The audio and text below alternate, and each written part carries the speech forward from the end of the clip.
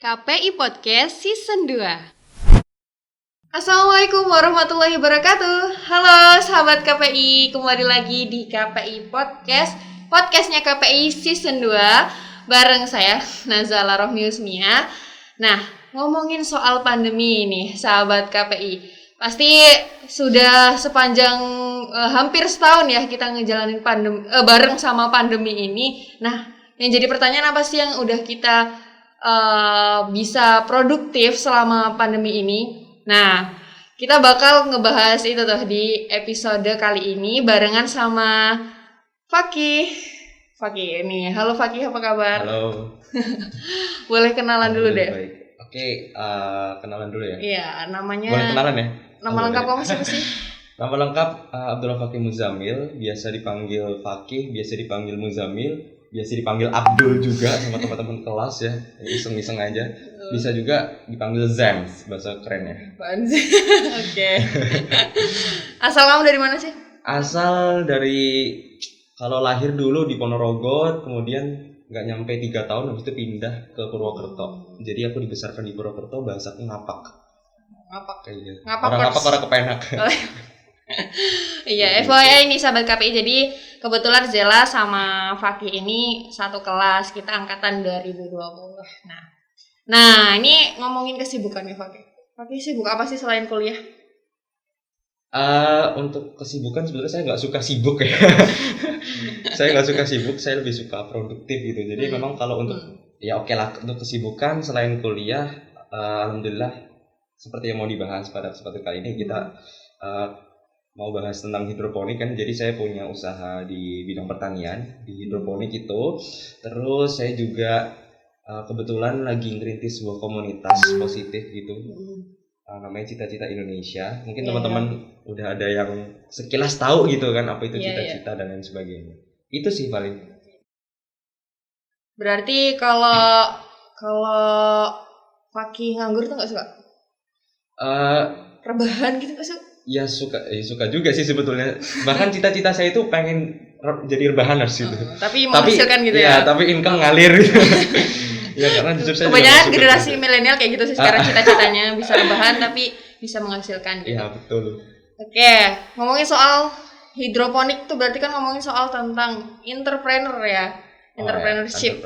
Kenapa sih kok suka sama hal-hal yang kayak gitu, Pak?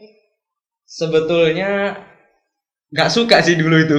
Jadi karena latar belakang ayah saya itu adalah seorang guru, seorang guru swasta di salah satu sekolah di Purwokerto gitu kan. Akhirnya saya pun termotivasi untuk menjadi seorang guru dulunya sebelum saya lulus SMA. Kemudian setelah saya kuliah, ketika itu masih belum di UMY, ada salah satu kampus swasta juga di Jawa Timur.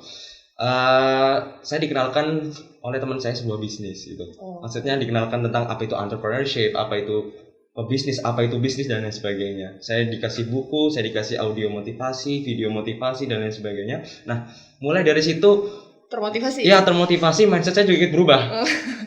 Mindset saya berubah. Bukan berarti saya itu menghilangkan hobi saya atau kesukaan saya dalam mengajar. Karena kan guru suka mengajar ya pasti ya. Tapi saya itu hanya memindahkan atau bisa dibilang mengambil platform yang berbeda. Karena sejatinya entrepreneur yang sukses itu ya dia adalah guru yang sukses juga. Bagaimana dia bisa mengatur konsumen, bagaimana dia bisa membimbing resellernya misal dan lain sebagainya. Jadi saya hanya memindahkan aja gitu kan. Seperti itu.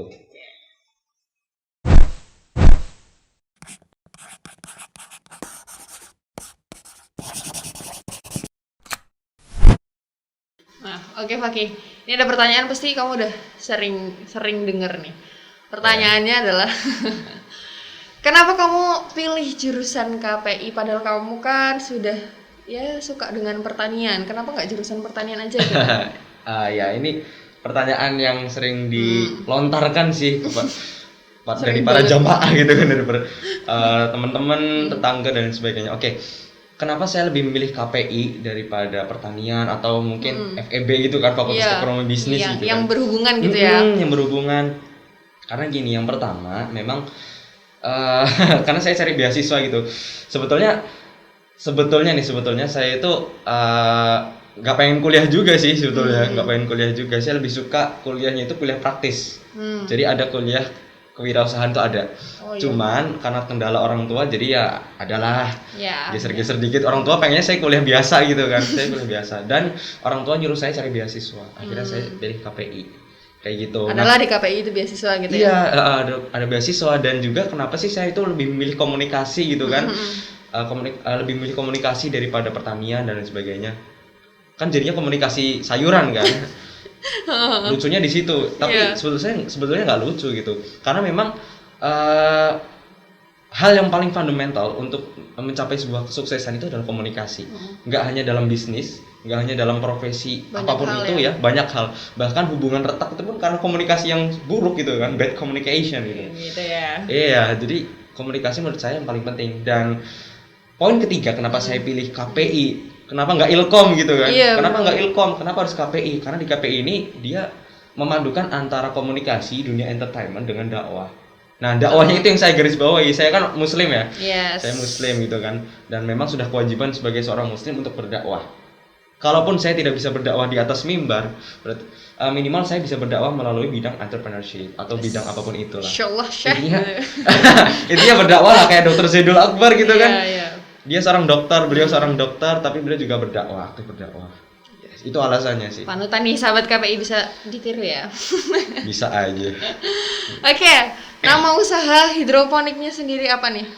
Untuk nama ya. Untuk nama kebetulan saya namai My Hydroponics. My MAI. Jadi bukan MY ya. Tapi My. Bisa dibilang juga My Hydroponics gitu kan. Itu ada filosofinya. Kenapa saya namai My Hydroponics? Karena memang saya memulai usaha itu atau memulai berbisnis atau memulai saya itu berkecimpung dalam dunia hidroponik itu ketika saya memanfaatkan lahan di masjid. Jadi ada sebuah masjid di Yogyakarta, kemudian saya minta izin untuk memanfaatkan lahan kosongnya gitu. Sebenarnya bukan lahan juga sih. Apa? Tembok sempit bukan lahan sempit. Tembok sempit gitu karena saya nempelin di tembok aja gitu. Berarti kamu tempat tinggalnya dekat masjid itu atau gimana? Iya, betul, dekat masjid situ. Saya izin ke takmir, saya mau memanfaatkan untuk usaha gitu, untuk belajar dulu sih sebetulnya, untuk belajar. Saya belajar dari situ, kemudian baru deh saya cari investor. Setelah ternyata bagus, saya lihat bagus perkembangannya gitu kan. Oh, saya juga makin oke, kayaknya aku makin serk ya sama dunia hidroponik gitu kan. Akhirnya saya cari investor. Terus baru buat kebun. Susah sekali ngomongnya. Ya, kebun. Terus itu kan, ini kamu berarti kan sambil kuliah nih, Fakih. Sebenarnya itu gimana tuh kamu bagi waktunya, bisa bertani, bisa kuliah juga, itu gimana tuh kamu bagi waktunya? Untuk waktu ya, ini sebuah kendala juga yang dialami banyak mahasiswa gitu kan. Jelas. Aku tuh pengen bisnis tapi aku tuh masih kuliah gitu kan. Iya. Nah gini, teman-teman kalau misalnya pengen menjadi seorang entrepreneur, pengen menjadi seorang pebisnis gitu kan, pengen berbisnis apalagi masih kuliah gitu kan. Hal yang paling teman-teman harus garis bawahi adalah entrepreneur itu tidak kenal yang namanya alasan. Ini adalah salah satu mentalitas dari entrepreneur itu sendiri. Kalau mau ya apapun resikonya jalanin. Apapun resikonya hadapi aja gitu kan. Dan itu tadi menolak alasan. Terus gimana dong caranya bagi waktu? Nah, itu sebetulnya hanya masalah prioritas. Nah, yang ingin saya garis bawahi adalah untuk teman-teman dimanapun yang berada ya, mahasiswa gitu kan, terutama jangan jadikan kuliah itu sebagai ajang untuk mencari kerja. Kuliah itu sebenarnya bukan untuk cari kerja, kuliah untuk belajar. Kuliah untuk belajar gitu. Dan jangan sampai kita tuh ketika ujian nih, biasanya nih ujian itu yang penting ngapalin, masuk ruangan, selesai ujian lupa lagi, ya kan? Lupa lagi gitu. Makanya jangan sampai kita itu belajar untuk ujian, tapi justru ujian untuk belajar. Mantap. Karena ketika ujian itu untuk belajar, kita belajar dari kesalahan-kesalahan. Jadi kalau saya pribadi nih, kalau misalnya saya dapat nilai jelek nih, naudzubillah ya, saya dapat nilai jelek gitu kan, saya nggak peduli. Kalau memang nilai saya jelek, ya udah jelek aja. Berarti memang itu kemampuan saya. Berarti memang saya ya udah belum pantas untuk di situ. Saya belum pantas untuk dapat nilai baik. Seperti itu. Aku merasa ikut seminar motivasi loh ini. Astagfirullah ya Allah. Nah ngomongin motivasi nih. Okay. Motivasinya kok milih hidroponik? buka usaha, berani buka usaha hidroponik ini? Motivasi Motivasinya. untuk bangun hidroponik ya. Motivasi sebetulnya karena memang pertama ya, kita kan lagi di masa pandemi ini. Motivasi pertama adalah ya karena pandemi itu sendiri, saya gabut gitu kan, saya pusing gitu kan, harus ngapain ya. Nah, saya pengen cari yang apa kek yang bisa nge-refresh otak gitu kan. Iya. Nah, kebetulan saya ngelihat orang kok banyak ya yang bisa bikin kebun gitu kan. Oh, kayaknya asik nih bikin hidroponik nih, yang bisa bikin kebun gitu kan. Tapi saya itu adalah saya adalah apa ya, saya itu milenial gitu kan. Biasanya milenial itu nggak suka yang kotor-kotor. Iya benar. Iya kan? Nggak suka yang kotor-kotor. Nah, ada loh ternyata sistem pertanian atau sistem, ya itulah, ada sistem pertanian yang nggak memerlukan tanah. Dengan sistem hidroponik tadi. Jadi bisa dibilang ya sebenarnya bersih gitu dari tanah. Bisa dibilang bersih dari tanah. Jadi karena saya suka ngeliat yang ijo-ijo gitu kan, bisa nge-refresh otak, dan memang karena butuh duit juga gitu kan. Akhirnya ya saya membangun sebuah usaha hidroponik. Tapi peluangnya sendiri, peluang keuntungan ya bisa dibilang gitu. Peluang keuntungannya dari usaha hidroponik tuh gimana? Kalau keuntungan gini, bicara masalah sayur itu kan bicara masalah pangan. Iya kan? Pangan itu kebutuhan primer gitu kan. Iya. Kebutuhan primer. Mau nggak mau pasti dibutuhkan. Dan insya Allah masalah pasar itu insya Allah menurut saya nggak akan mati. Dan memang rencana nanti saya akan kembangkan menjadi sebuah brand. Nantinya seperti itu. Saya minta doanya aja sih. Ini masih sebuah dream gitu kan. Doain ya sahabat KPI. Ya nanti insya Allah saya kabarin cepatnya. Nah, untuk panen udah berapa kali nih berarti? Panen, oh iya, untuk lahan yang lama ya, lahan sempitnya itu udah sekitar, jadi kan panennya per bulan ya. Oh iya? Udah, iya dong, per bulan dong. Saya kan nanamnya kebetulan masih selada sama ini sawi, cesim, buat bakso itu loh, buat Iya, mie iya, ayam iya. gitu. Itu udah sekitar kalau nggak salah 4 kali panen. 4 kali panen. Dan itu berhasil semua. Ya alhamdulillah berhasil semua. Wah, di awal enggak sih. Ya di awal enggak sih, di awal enggak berhasil sih, gagal semua. Jadi Gagalnya tuh kenapa sayurnya? sayurnya busuk. Iya, karena saya cuman pakai ini. Jadi kan bawahnya kolam lele tuh. Kolam lele ini saya cuman ngapungin di atasnya aja gitu. Oh gitu. Oh ternyata nggak bisa kalau misalnya selada itu kayak gitu. Dan ternyata kolam Kebanyakan air gitu ya? Atau gimana? enggak juga sih, ternyata kolamnya itu kayak kena jamur gitu loh. Jadi lelenya pun sakit-sakitan. Wah, ini pasti karena lelenya nih. Akhirnya ya udah deh, saya pakai yang sirkulasi aja. Ada namanya sistemnya DFT gitu kan. Saya pakai yang sirkulasi, pakai pompa gitu kan, saya putar. Oh, ternyata dengan cara itu saya lebih berhasil. Dan panennya bagus. Bagus Ki? Alhamdulillah bagus. Kualitas sayurnya tuh gimana tuh? Kualitasnya yang pertama ya karena memang saya tidak pakai pestisida ya. Nggak pakai pestisida, jadi kualitasnya pasti sehat ya otomatis. Terus kemudian juga besar-besar sama, besar-besar. Kemudian pertumbuhannya karena saya pakai sistem hidroponik, jadi pertumbuhannya bisa lebih cepat. Bisa lebih cepat, bisa lebih efisien. Itu sih memang keuntungan hidroponik itu. Bisa lebih efisien, bisa lebih cepat. Pantesan banyak orang yang beralih sekarang ke hidroponik ya. Iya daripada- betul, mengikuti perkembangan zaman. Seperti itu. Terus kalau konsumennya Fakih nih, konsumennya dari mana nih? Atau udah punya langganan sekarang? Kalau konsumen kebetulan untuk yang mana ya? Untuk yang lahan sempit itu ya, untuk yang lahan sempit itu masih sekitar warga aja sih. Tapi mereka selalu nanyain gini, Mas Fakih, seladanya udah panen belum? Gitu. Saya bilang belum bu, itu kan. Ini baru kemarin tanam. Jadi kemarin saya habis panen nih, ya kan? Mereka beli entah sawi entah selada.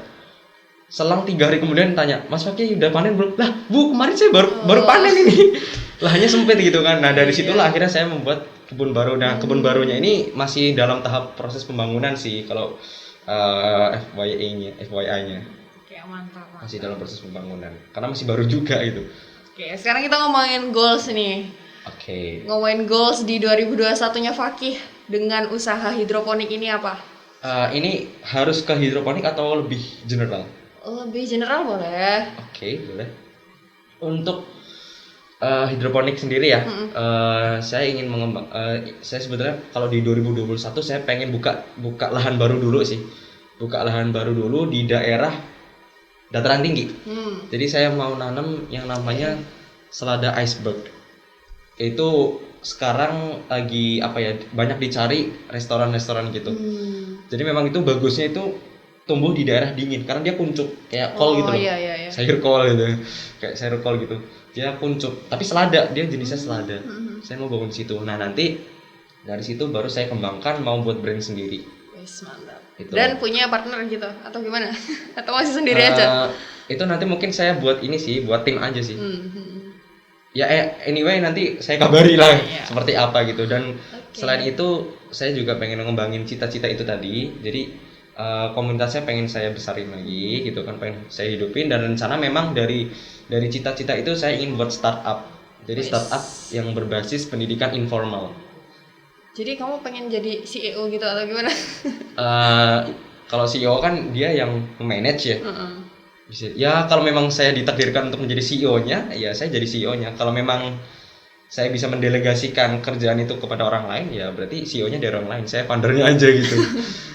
Oke, bantu doa ya sahabat KPI biar Fakih sukses. Ya mohon doanya teman-teman. Insya Allah baliknya ke teman-teman juga sih gitu kan. Saya memfasilitasi teman-teman untuk berkarya gitu kan.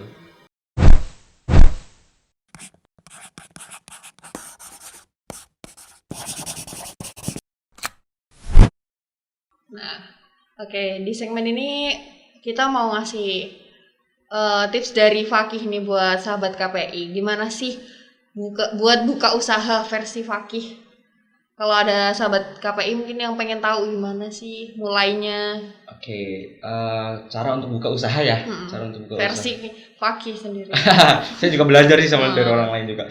Jadi untuk membuka usaha sebetulnya nggak perlu nggak perlu jelimet mikirnya. Saya nanti harus usaha apa, terus nanti cara promosinya gimana. Jadi kalau untuk memulai usaha nih teman-teman, satu sih caranya, berani aja, berani memulai. Yang penting jelas tujuannya mau apa. Yang penting berani mulai. Ketika teman-teman udah berani mulai, udah terjun nih, nah nanti baru kepikiran tuh, saya mau ini, mau punya ide seperti ini, ide seperti itu gitu kan. Jadi mulai aja dulu. Tapi gini, Mas, aku tahu nih namanya buka usaha itu memang butuh keberanian. Ya betul butuh keberanian doang gitu kan. Tapi memang untuk sukses di sebuah usaha itu nggak hanya modal berani, butuh ilmu. Jadi untuk memulai sebuah usaha diperlukan yang namanya keberanian. Tapi untuk sukses di sebuah usaha itu butuh modal yang lebih banyak, butuh ilmu, butuh investasi, leher ke atas dan lain sebagainya. Seperti itu. Terus kalau usahanya udah jalan nih, apa tips dan triknya? Karena kan banyak nih udah jalan tapi udah ngerasa kayak udahlah kayaknya nggak ada kemajuan deh, mendingan berhenti aja. Nah gimana tuh tips dari Fakih sendiri pas usahanya udah jalan biar nggak gampang lengah gitu lah. Oke. Jadi ketika usaha kita udah jalan, kita udah mulai, usaha udah jalan, gimana cara mempertahankannya? Iya kan? Caranya tutup aja. Enggak, bercanda. Bercanda. Jadi gini, seperti yang aku bilang tadi ya gitu kan. Untuk mempertahankan bisnis itu perlu namanya ilmu. Dan sebetulnya nih hal yang paling fundamental ya untuk memulai sebuah bisnis atau apapun itu pekerjaan kita itu adalah sebuah alasan. What's your reason? Big why-nya apa gitu? Kenapa kamu berusaha? Iya, dream-nya apa gitu kan? Ibarat teman-teman pengen ke tanah suci, ya kan? Pengen ke tanah suci. Pengen umroh. Iya, pengen umroh gitu kan. Tapi usahanya itu nggak relevan gitu, usahanya nggak sinkron. Misal pengen ke tanah suci tahun 2021. misal siapa tahu kan. Tapi kerjanya rebahan, banyak alasan dan lain sebagainya, kan nggak sinkron toh, nggak sinkron. Kebanyakan kayak gitu ya. Iya, bisa kayak gitu. Jadi gini, perkuat alasan dulu. Sebetulnya teman-teman yang pengen berbisnis nih, yang salah itu sebetulnya bukan how to-nya. Kebanyakan itu sebetulnya yang salah bukan how to-nya, bukan gimana-nya. Tapi perwasnya. Iya, tapi why-nya. Semuanya pasti balik kepada why-nya tadi. Untuk apa kita memulai? Kalau saya itu punya dream book. Ini emang saya diajarin ya untuk menjadi seorang dreamer gitu. Jadi saya punya dream book, saya tempel. Jadi saya mau sharing aja sedikit. Untuk yang kebun hidroponik itu saya tempel. Kan saya pergi ke mana? Ke Sleman itu untuk belajar sekaligus foto-foto. Iya. Ada namanya afirmasi. Jadi afirmasi itu kita membayangkan seolah-olah kita punya hal tersebut. Misal itu, contohnya seperti itu. Saya foto. Nah, foto itu saya print, saya tempel di dream book. Kemudian saya tulis Bismillah saya pengen punya kebun hidroponik sendiri. Saya tulis, saya tempelnya tahun berapa, tanggal berapa, tahun berapa, harus tercapai tahun berapa. Jadi punya target. Dan itu bisa dibilang ya sekaligus proposal kita kan, yang ke yang Maha Kuasa gitu kan, proposal kita. Dan alhamdulillah itu bisa tercapai sebelum waktunya tiba, sebelum deadline yang saya tulis. Alhamdulillah seperti itu. Dan memang itu kekuatan dreamnya di situ sih. Ketika kita punya alasan yang kuat, insya Allah nggak akan goyah. Dan yang paling penting dari dream itu, saya mau garis bawahi lagi buat teman-teman ya, saya mau garis bawahi lagi. Yang paling penting bukan dreamnya, tapi alasan terkuat kenapa kita punya dream itu. Mau dikasih contoh nggak nih kira-kira? Boleh sedikit aja, sedikit. Sedikit contohnya nih, misal saya pengen mengumrohkan orang tua saya di tahun 2022. Kenapa? Nah, kenapanya ini gitu kan. Kalau cuman sekedar saya pengen, semua orang bisa gitu. Nah, tapi kenapanya itu loh. Kenapanya itu gitu kan. Misal orang tua udah tua, udah sakit-sakitan. Terus setiap ngelihat TV yang ada gambar Ka'bahnya, orang tua saya nangis. Sampai-sampai foto orang tua saya itu dia tempelin sendiri di poster Ka'bah. Nah, itu kan ada alasan tersendiri yang membangun gitu kan. Kalau misalnya saya gagal, apa kabar orang tua saya gitu. Nah, itulah alasannya. Itu singkatnya seperti itu. Oke, sekarang pertanyaan terakhir nih buat Fakih. Gimana sih promosinya buat usaha kita? Caranya versi Fakih. Cara promosi. Oke, ini masuk ke cara ya. Sebetulnya teman-teman kalau misalnya bicara masalah cara atau teknis, itu banyak banget caranya. Ada yang mulai dari marketingnya, ada yang mulai dari brandingnya. Jadi tergantung teman-teman mau mulai dari mana aja. Pinter-pinter pilih apa, pinter-pinter pilih dulu. Dan lebih suka di mana dong, interestnya lebih suka kemana gitu, lebih condongnya kemana. Jadi kalau bicara masalah cara itu menurut saya balik ke orangnya lagi. Iya, balik ke orangnya dan nggak bisa dibahas secara singkat seperti ini. Mungkin saya cuma bisa kasih kisi-kisi bagaimana caranya agar teman-teman bisa sukses gitu kan. Cara promosinya lebih biasa seperti apa gitu kan. Nah, teman-teman boleh yang namanya follow Instagram entrepreneur yang ada di Indonesia seperti Kang Dewa Eka Prayoga. Kemudian itu kalau Kang Dewa itu pakar selling ya, pakar selling atau pakar marketing. Kemudian kalau pakar branding, saya saranin bisa ke Pak Subiakto. Itu yang memegang brand-brand besar di Indonesia. Itu Pak Subiakto. Itu berpengalaman sekali itu Pak Subiakto gitu.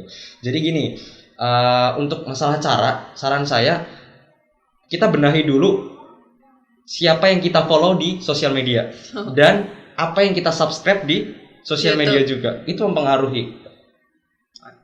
Gitu. Nanti bakal ketemu sendiri kok, oh caranya seperti ini, caranya seperti ini. Sekarang tuh udah banyak yang gratisan kan ilmu. Cara marketingnya benar, cara promosi yang benar itu udah banyak. Ya kan?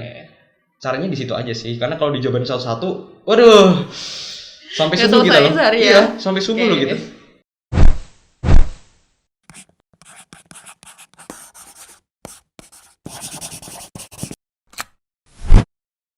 Oke Fakih, ini tadi kita udah banyak bincang-bincang, jadi kita pendinginan deh. Oke.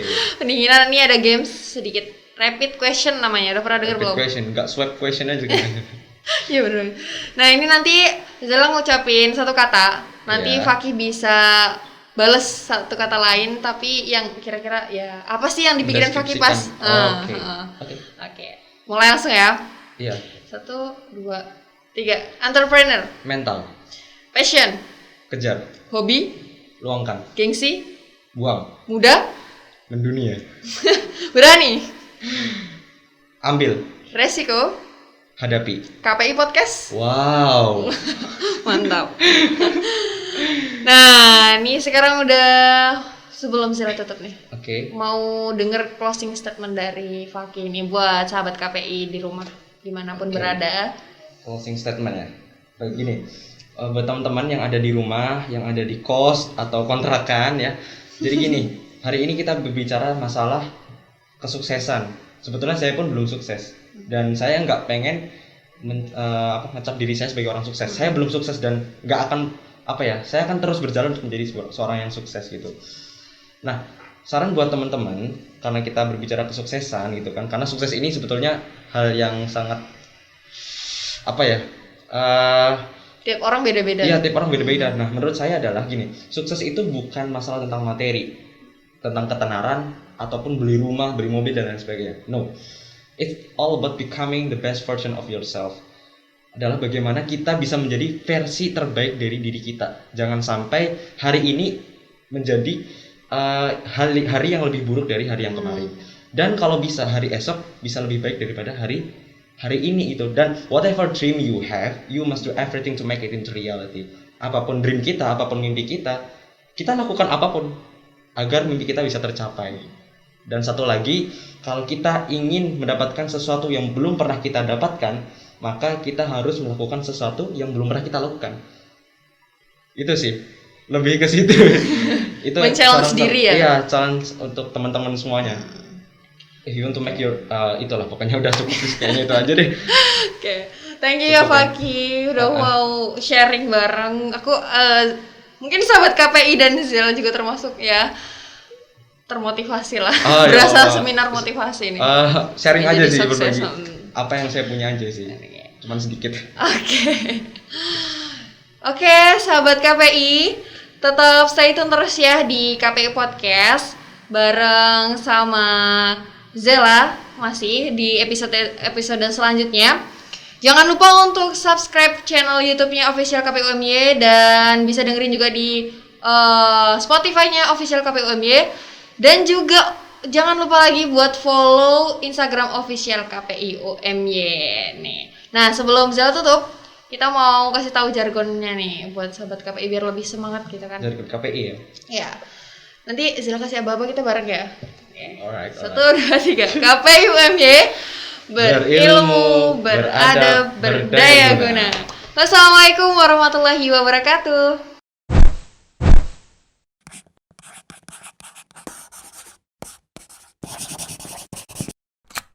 KPI Podcast Season 2.